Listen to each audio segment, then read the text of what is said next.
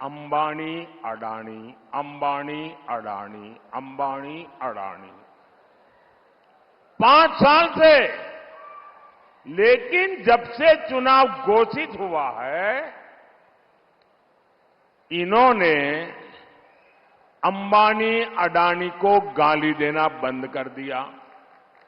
मैं आज तेलंगाना की धरती से पूछना चाहता हूं, जरा ये शाहजादे घोषित करें कि इस चुनाव में ये अंबानी अडानी से कितना माल उठाया है, काले धन के कितने बोरे भर करके रुपये मारे हैं, क्या टेम्पो भर करके नोटे कांग्रेस के लिए पहुंची है क्या? வாய்ஸ் ஆஃப் சவுத் நேயர்களுக்கு வணக்கம். இந்த நேர்காணலில் நாம் சந்திக்கிறவர் பேராசிரியர் திருமிகு சுந்தரவலி அவர்கள். வணக்கம். வணக்கம். பிரதமர் நரேந்திர மோடி அவர்கள் தேர்தல் பிரச்சாரத்தின் போது திடீரென்று மாற்றி பேச தொடங்கியிருக்காரோ என்கிற ஒரு கேள்வி எழுந்திருக்கு. குறிப்பாக அதானி அம்பானியிடமிருந்து லாரி லாரியாக டெம்போக்கள் வழியாக காங்கிரசும் ராகுல் காந்தியும் பணம் பெற்று இருக்காங்க அப்படின்னு பேச தொடங்கியிருக்காரு மோடி. ஏன் திடீரென்று சேஞ்ச் ஓவர் நடக்குது? குறிப்பா ராகுல் காந்தி தான் மோடியை குறிப்பிட்டு இந்த 2 பணக்காரர்களுக்கும் பணம் தள்ளுபடி செய்திருக்காரு, கடன் தள்ளுபடி செய்திருக்காரு, அவ்வளவு பெரிய தொகையை நான் மீட்டு ஏழை மக்களுக்கு கொடுக்க போறேன், பெண்களுக்கு இளைஞர்களுக்கு கொடுக்க போறேன்னு ராகுல் காந்தி வாக்குறுதி கொடுத்திருந்தாரு தேர்தல் அறிக்கையில. இப்போ திடீரென்று மோடி விமர்சனம் பண்ண தொடங்கியிருக்காரு மோடி அம்பானியை குறித்து. இதை நம்ம எப்படி எடுத்துக்கிறது? நீங்க எப்படி பார்க்கிறீங்க? இல்ல, மோடிக்கு வேற வழியே இல்லையே. ஒட்டுமொத்த இந்தியாவும் மோடிக்கும் RSS பிஜேபி சங்க பரிவார் கும்பலுக்கு எதிராக நிக்குது. ஒட்டுமொத்த இந்தியாவும் என்ன பண்றதுன்னே அவருக்கு தெரியல. இப்படி ஒரு சிச்சுவேஷனை அவர் எதிரே பார்க்கல. ஒட்டுமொத்த இந்தியாவும், அது வட இந்தியா உழைக்கிற மக்கள் தனக்கு எதிராக வந்து நிப்பாங்கன்னு அவர் யோசிக்கவே இல்லை. அப்படி சூழ்நிலையில வேற வழி இல்லை, ஒன்னொன்னா எடுத்து விடுறாரு. முதல் கட்ட தேர்தல்ல பார்த்தாரு, ஓட்டு குறையுது, நமக்கு வாய்ப்பு இல்ல. 2வது கட்ட தேர்தல்ல அடி, 3வது கட்ட தேர்தல்ல ஏராளமான பிரச்சனை. இப்ப யோசிக்கிறவருக்கு நீங்க முதல் கட்ட தேர்தலுக்கு அப்புறம் நீங்க பாத்தீங்கன்னா சீரியஸா இஸ்லாமியர்களை மிகப்பெரிய அளவுல வந்து அவரு வன்முறையை தூண்டும் விதமா பேசினார். நீங்க கவனிச்சீங்கன்னா உங்களுக்கு தெரிஞ்சிருக்கும். அது முதல் கட்ட தேர்தல்ல பேசல. பேசியிருந்தா இங்க எல்லாம் 5 ஓட்டு கூட வாங்கியிருக்காது, ஒத்த ஓட்டு பாஜகவே நின்றிருந்திருக்கும். ஆனா இங்க எல்லாம் தென்னிந்தியாக்குள்ள அமைதியா அடக்கி வச்சுட்டு முதல் வாக்குப்பதிவு வரைக்கும் அமைதியா இருந்தவரு 2வது வாக்குப்பதிவை எப்படியாவது தனக்கானதா மாத்தணும்னு இஸ்லாமியர்களுக்கு எதிராக போனாரு. இப்போ அதுவும் ஒர்க் அவுட் ஆகல. இப்ப 3வது முறை இன்னும் அடியுமே இருக்கு. நீங்க பிஜேபியினுடைய நிறுவன நாள் கொண்டாடுறாங்க குஜராத்ல. குஜராத்தினுடைய தலைமையகத்துக்குள்ள போய், பிஜேபி அலுவலகத்துக்குள்ள போய் அவங்கள அடிச்சு ஓட விட்டாங்கன்னா பாத்துக்கோங்க. சொந்த ஊர்ல, சொந்த மாநிலத்துல, சொந்த கட்சிய அந்த உள்ளூர்ல இருக்கிற மக்கள் அடிச்சு ஓட விடுறாங்கன்னா இது எவ்வளவு பெரிய பின்னடைவு மோடிக்கு.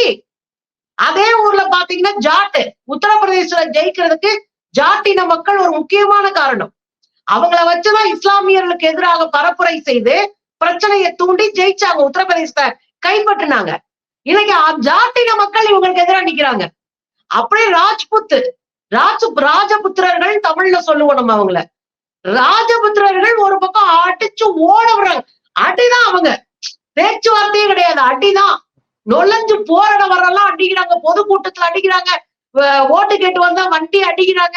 இப்ப எங்கேயுமே பிரச்சாரம் கூட பண்ண முடியாத சூழலுக்கு போனதுனாலதான் சூரத் போன்ற இடங்கள் எல்லாம் மிரட்டி கடத்தி ஜெயிச்சு 1-2 தக்க வச்சுக்கலாம் அப்படின்னு இப்ப ட்ரை பண்ணி இறங்கி இருக்குங்க. அந்த மாதிரியான செயல் திட்டத்துல இந்த சூழல் தான் மோடிய குழப்பத்திற்கு உள்ளாக்கி இருக்கிறது. நான் தான் பெரிய ஆளு, என் மூஞ்சிய பார்த்தா ஓட்டு கொட்டும் அப்படின்னு நினைச்சவருக்கு மொத்த சூழலும் அவருக்கு எதிரா பார்த்து, உன் மூஞ்சிய பார்த்தாலே ஓட்டு போட மாட்டாண்டா அப்படின்ற அளவுக்கு மக்கள் வெறுப்பாயிட்டாங்க. இந்த பதற்றத்தை எப்படி சரி செய்வது என்கிற அறிவும் ஞானமும் தெளிவும் சித்தாந்த புரிதலும் இல்லாத ஒரு குண்டர்கள் கும்பல் தான் இந்த பிஜேபி. எனவே அவங்க என்ன பண்றாங்க, அதானிய வச்சு சொரண்டி திண்ணி கோடிக்கணக்கில் கொள்ளையடிச்ச கும்பல் இவங்க. 32% மேல இருந்ததை 22 மாத்தி பெரும் முதலாளிகளுக்கு வரிச்சலுகை செஞ்ச கும்பல் இந்த பிஜேபி கும்பல். இன்னும் சொல்ல போனா 14 லட்சம் சொல்றாங்க. எனக்கு என்னமோ கூடத்தான்.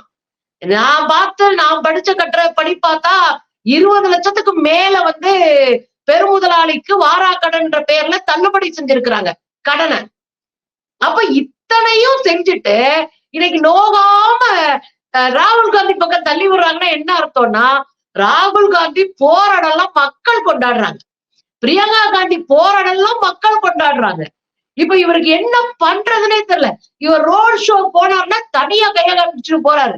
இந்த பதற்றத்துல தன் குற்றத்தை மறைக்கிற விஷயமா, தனக்கு நெருக்கமான, இன்னும் சொல்ல போனா ஐயா மோடி அவர்களினுடைய பினாமி, இந்த அதானி மோடியினுடைய பினாமி தான். இது நான் சொல்லல. ஏன் வந்து அரவிந்த் கெஜ்ரிவாலை பிடிச்சி ஜெயிலுக்குள்ள போட்டிருக்காங்க? அவர் சட்டமன்றத்துல பேசுறாரு. டெல்லி சட்டமன்றத்துல கெஜ்ரிவால் பேசின பேச்சு என்கிட்ட இருக்கு, நான் உங்களுக்கு அனுப்பி விடுறேன், நீங்க தாராளமா போடுங்க. அதுல அரவிந்த் கெஜ்ரிவால் என்ன சொல்றாருன்னா, பிஜேபியில இருக்கிறவரு எனக்கு சொன்னாங்க. என்ன சொன்னாங்க தெரியுமா? பிஜேபியில இருக்கிற என்னோட நண்பர் ஒருத்தர் என்கிட்ட பேசும்போது சொன்னாரு, அதானியோடைய சொத்து பூரா மோடியுடைய சொத்து, மோடி வந்து அவர்களுடைய உரிமையாளர், அதானி 10%க்கு 20%க்கு இருக்கிற அவர் வந்து பினாமி அப்படின்னு அவர் பேசின உரையே இருக்கு. சட்டமன்றத்துல பேசுற உரையே இருக்கு என்கிட்ட, தமிழ்லயே அதுல வர்ற மாதிரி நம்ம தோழர்கள் அதை எடுத்து வச்சிருக்கிறாங்க. இப்ப உங்களுக்கு புரியுதா? மாட்டிக்கிட்ட திருடருக்கு தேல் கொட்டின மாதிரி ஆகி போச்சு. ஐயோ, பார்லிமெண்ட்டுக்குள்ள வச்சு அடிச்சு ஓட விட்டானுங்க, இன்னைக்கு தெருவுல ஃபுல்லா மக்களும் சேர்ந்துட்டு அடிக்கிறாங்களே என்கிற குழப்பமும் அரசியல் மோசமான சூழலும் மோடி அவர்களை அதானியுடைய பாலை இந்த கோர்ட்ல தள்ளிவிட ட்ரை பண்றாங்க. மக்கள்கிட்ட எடுபடாது. உங்க சீனெல்லாம் நீங்க சொல்றீங்க இல்லையா, அரவிந்த் கெஜ்ரிவால் சொன்னாரு சில விஷயங்கள் அப்படின்னு. இப்போ அதானி கிட்ட இருக்கிற சொத்துக்கள் மற்ற விவரங்கள் எல்லாமே வந்து மோடிக்கு தான் சொந்தமானது அப்படின்னா, மோடி ஏன் வந்து தேர்தல் பரப்புரையில அதானியை காட்டி கொடுக்க வேண்டிய அவசியம் என்ன இருக்கு? அவர் பணம் கொடுத்து அமைச்சிருக்காரு, அதனாலதான் ராகுல் காந்தி பேசுறது இல்லை அப்படின்ற விஷயம் ஏன் பேசணும்? நீங்க பணம் கொடுத்து அனுப்பிச்சுனாருன்னு நீங்க என்ன பண்ணுவீங்க? அதானி சொத்தை முடக்கிடுவீங்களா? இல்ல அதானி மேல கேஸ் போடுவீங்களா? இல்ல அதானி மேல தேர்தல் ஆணையம் நடவடிக்கை எடுக்குமா? ஏதாவது ஒண்ணு நடக்குமா? இல்ல. என்ன பண்ணாலும் தேர்தல் ஆணையம் வேடிக்கை பார்க்க போகுது. நான் அதானிய சொன்னா, அம்பானிய சொன்னா, நான் இந்த அமெரிக்கா அதிபரை கூட சொல்லலாம். ஏன்னா தேர்தல் ஆணையம் சும்மா உட்காந்து கையை கட்டி வேடிக்கை பார்க்கும். இதன் மீது நடவடிக்கை எடுப்பாங்கன்னு தெரிஞ்சா கூட வாயை மூடிட்டு ஓரளவுக்கு அடக்கி வாசிப்பாங்க. இப்பதான் அதுக்கு வாய்ப்பே இல்லையே. நீங்க வெளிப்படையா ராமரை பேசுகிறார், வெளிப்படையாக இஸ்லாமியர்களை கொச்சைப்படுத்துகிறார், இஸ்லாமியர்களுடைய வழிபாட்டு முறையை கொச்சப்படுத்துறாரு. தேர்தல் பத்திரத்துல காங்கிரஸ் சொல்லவே சொல்லாத பல விஷயங்களை அடிச்சு விடுறாரு. உங்க தாலி எடுத்துட்டு போய் கொடுத்துருவாங்கன்ற லெவலுக்கு பேசுறாருன்னா எவ்வளவு சீப்பா இறங்கி வந்து நிக்கிறாங்கன்னு பாத்துக்கோங்க. சோ இந்த நடவடிக்கை எடுப்பாங்கன்னா ஒரு அச்சம் இருக்கும். அப்படி யாரும் எடுக்க மாட்டாங்க. என்னைய தாண்டி நான் வேணா உன் பேரை போட்டுக்கிறேன், ஏதாவது என்ன சொல்ல போறோம், அதன் மூலமா நம்ம ஜெயிச்சா இன்னும் உனக்கு லாபம் அப்படின்னு சொல்லி கூட பஞ்சாயத்து பேசி பங்காளியோட சேர்ந்து கூட அதை பேசி இருந்துக்கலாம். நான் இன்னொன்னு கூட சேர்த்து சொல்லுவேன். இதுல நீங்க அதானி மேல அவ்வளோ பெரிய ஊழல் குற்றச்சாட்டு வந்துச்சு, பல லட்சம் கோடி வந்து ஊழல் நடந்தத குற்றச்சாட்டு வந்துச்சு. ஒரே ஒரு சின்ன கமிட்டி மட்டும் போட்டாங்க, அதோட ரிசல்ட் என்னாச்சு? தாக்கல் பண்ணுவாரா தில்லு இருந்தா? அப்ப பொய்யும் போராட்டம் தான் மோடியே. மோடிக்கு இப்ப வேற ஒரு ரவுண்டு தேவைப்படுது. முஸ்லிம்கள் அப்புறம் பேசி தவிச்சிட்டாரு, அடுத்து வந்து தாலி எடுக்கிற வரையும் பேசிட்டாரு. What next? ஏன்னா 7 முறையில நடக்க போகுது இல்லையா? அடுத்து என்னடா பேசலாம்னா இப்படி கோர்த்து விட்டுருவோம் அப்படின்னு. மக்கள் கொஞ்சமாவது நம்புவாங்களா? உங்களுக்கு கூறு இருக்கா? உங்களுக்கு மூளை இருக்கா? உங்களுக்கு அறிவு இருக்கா? உங்களுக்கு அரசியல் தெளிவு இருக்கா? இத்தனை நாளும் அவரை வெளியே அனுப்பி எம்பி பதவியை பறிச்சது எதுக்கு? மோடின்னு சொன்னதுக்கா? இல்ல, அதானிய வச்சு செஞ்சாரு ராகுல். உள்ள உட்காந்துட்டு உங்களை ஒட்டச்சு ஓட விட்டாரு. உங்களால பதில் சொல்ல முடியாத சூழலை உருவாக்குனாரு. அந்த அச்சத்துலதான் நீங்க அவரை தூக்கியே வெளியே போட்டீங்க. இதெல்லாம் பார்த்துட்டு இருந்த மக்கள் அதானி அப்படின்னு லாரி லாரியா பணம் அனுப்புனாருன்னா உடனே நம்பிடுவாங்களா? அதுவும் ராகுல் காந்தி கொடுப்பாருன்னா பங்கு பத்திரத்தை பார்த்தாலே மொத்தமா பல்லுலிக்குதே மிஸ்டர் மோடி. பங்கு பத்திரத்துலதான் தெளிவா தெரியுது எல்லாரும் உங்க கூட்டாளிங்க. காங்கிரஸ் பாவம் தனியா நிக்குது இப்போ. அதுதான் யதார்த்தம். மக்கள் முட்டாளி இல்ல, வேற வழி இல்ல.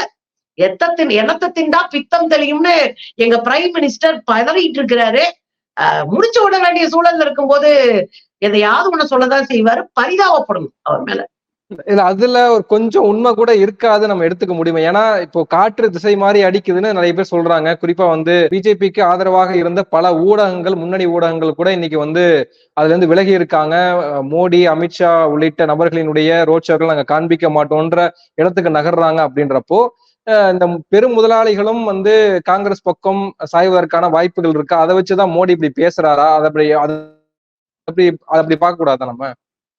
இல்ல, இத நம்ம எப்படி பார்க்கணும்னா, பெருமுதலாளிகள் கால்குலேட்டிவா இருப்பாங்க. அவங்க ஒண்ணும் அவ்வளவு ஈஸியாலாம் டப்புன்னு ஒரு கட்சி மாறிட மாட்டாங்க. நீங்க அடுத்து காங்கிரஸ் ஜெயிச்சா ஒருவேளை மாறலாம்.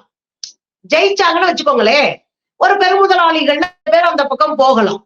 ஆனா ஜெயிப்பாங்களா, ஜெயிக்கிறாங்களா, யார் வர்றாங்க, எந்த ரிசல்ட்டும் தெரியாதப்போ ஒரு முதல போட்டு முதல் எடுக்கக்கூடிய ஒரு பெருமுதலாளி படக்குன்னு நேர்மையின் பக்கம் போயெல்லாம் நிக்க மாட்டாரு. அதுலயும் உங்களுக்கு இன்னொன்னு சொல்றேன், அதானி யாருன்னு.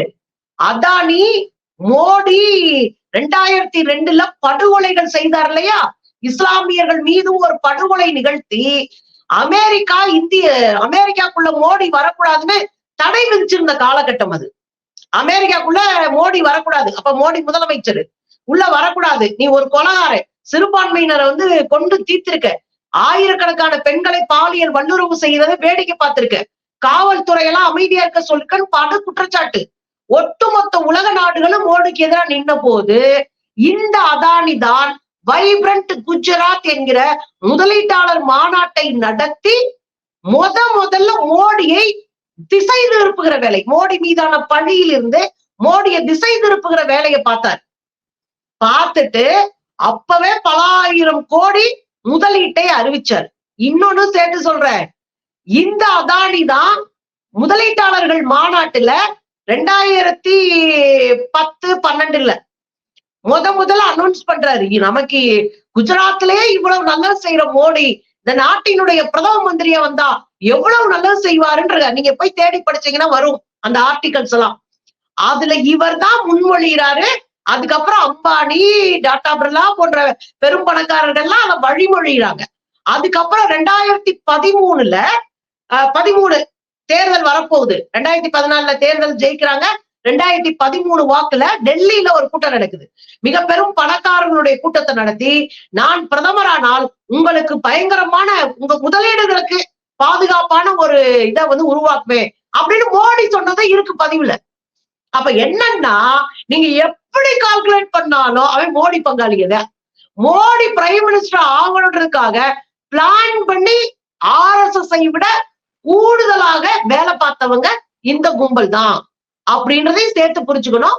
ரெண்டாவது, இவங்களுடைய தனி விமானத்துலதான் மோடிஜி உலக நாடுகள் பூரா பயணிச்சாரு அப்படின்றதையும் சேர்த்து புரிஞ்சுக்கணும். சோ எப்படி பார்த்தாலும் முதலாளிகள் லாபத்தின் பக்கம் தான் சேர்வார்கள், யூகத்தின் பக்கம் சேர மாட்டார்கள். லாபம் கிடைக்குதுன்னா டப்புன்னு சேரலாம், அதுக்கு வாய்ப்பு கூட இருக்கு. ஆனா ஒருபோதும் யூகத்தின் அடிப்படையில் சேர மாட்டாங்க. சோ மோடிக்கு மூளை இல்லைன்னா நமக்குமா மூளை இல்ல?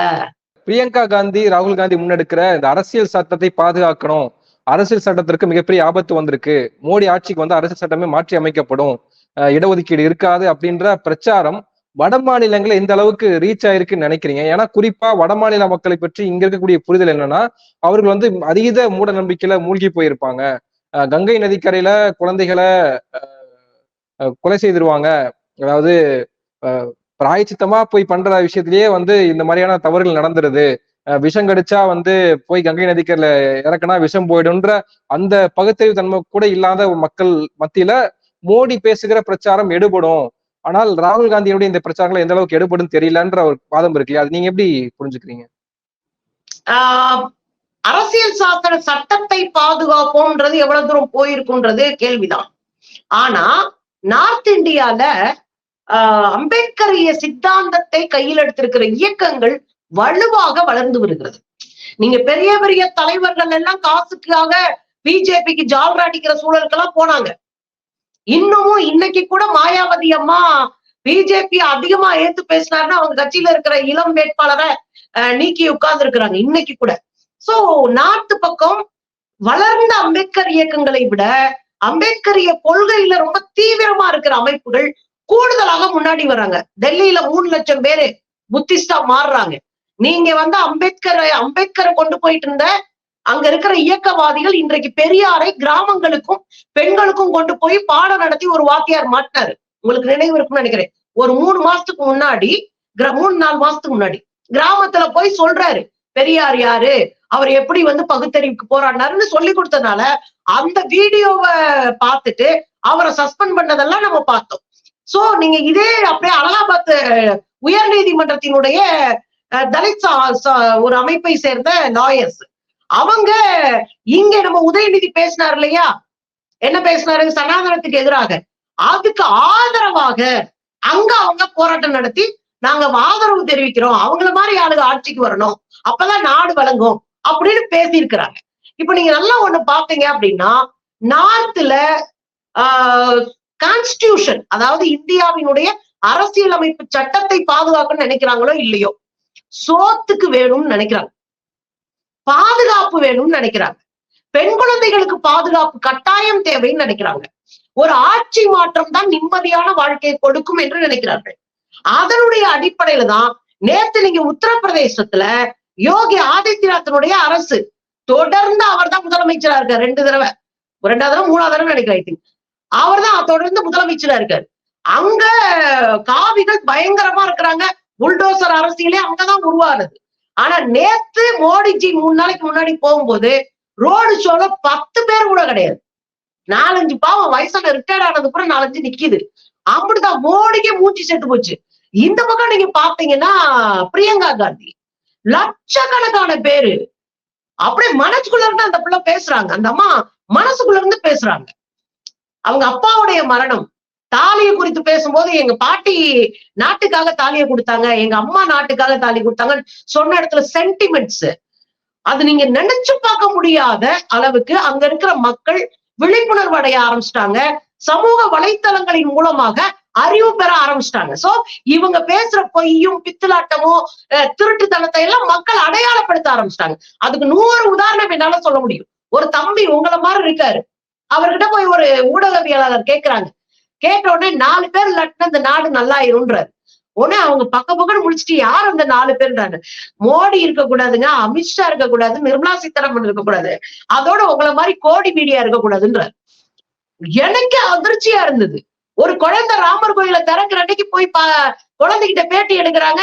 என்னையா கோயிலுக்கு போலையா? நான் படிக்க போகணும், நான் படிச்சுட்டு வந்தேன்னா அப்புறம் ராமர் கோயிலுக்கெல்லாம் மெதுவா போய்க்கலாம், ஒண்ணும் பிரச்சனை இல்லை, அங்க போய் என்ன பண்ண போறீங்க, சுண்டல் வாங்கி சாப்பிட்டு தானே உட்கார போறீங்க, நான் படிக்க போறேன் அப்படின்னு விலாவாரியா அவன் பேசுறான். அப்ப அந்த மக்கள் பகுத்தறிவு பெற ஆரம்பித்திருக்கிறார்கள். அங்க இருக்கிற தலித் அமைப்புகள் இயக்கங்கள் ரொம்ப வலுவா ஆரம்பிச்சிருக்கு. அதே போல மாநிலங்கள் அளவுல இருக்கக்கூடிய இந்தியா கூட்டணி ரொம்ப வலுவா ஒற்றுமையா நிக்குது. அதுதான் அங்க ஒரு பெரிய சிறப்பு. எப்படி தமிழ்நாட்டுல ஒற்றுமையா நின்று அடிச்சாங்களோ அது போல அங்க இருக்கிறவங்க, நீங்க முலாயம் சிங் யாதவோடைய பேத்தி எல்லாருமே களத்துல இறங்கி நிக்கிறாங்க.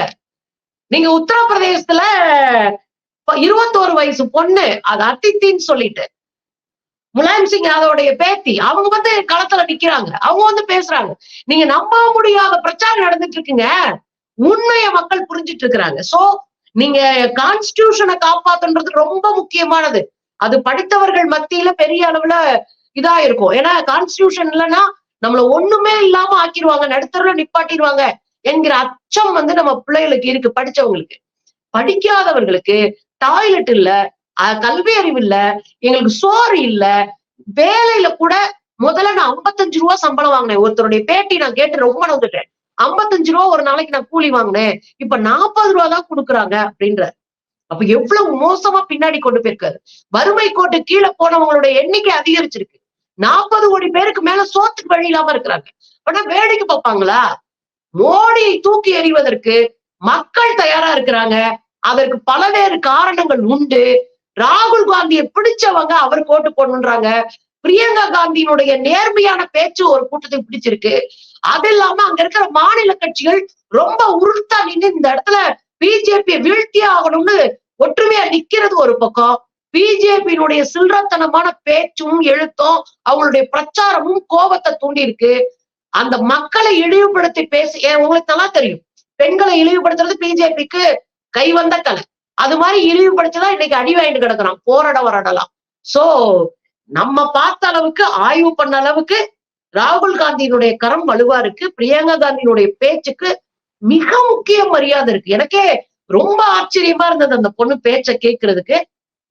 ரொம்ப சந்தோஷமா இருக்கு. வட இந்தியா ஒரு பெரிய மாற்றத்தை நோக்கி நடந்துட்டு இருக்கு. இவிஎம்க்கு எதிராக கூட அந்த மக்கள் போராடி இருக்கிறார்கள் நார்த் இந்தியால. நாம கூட போராடல. நார்த் இந்தியால இவிஎம்க்கு எதிராக போராடிட்டு இருக்கிறாங்க. ஆனாலும் இவிஎம் மெஷினை கைப்பற்றது, ஓட்டு போறதெல்லாம் நடந்துட்டு தான் இருக்கு. இதை தாண்டி அடிச்சு அவங்களை காலி பண்ணணும். நன்றி. பல விஷயங்களை தெளிவுபடுத்திருக்கீங்க. உங்க நேரத்துக்கு மிக்க நன்றி. நன்றி.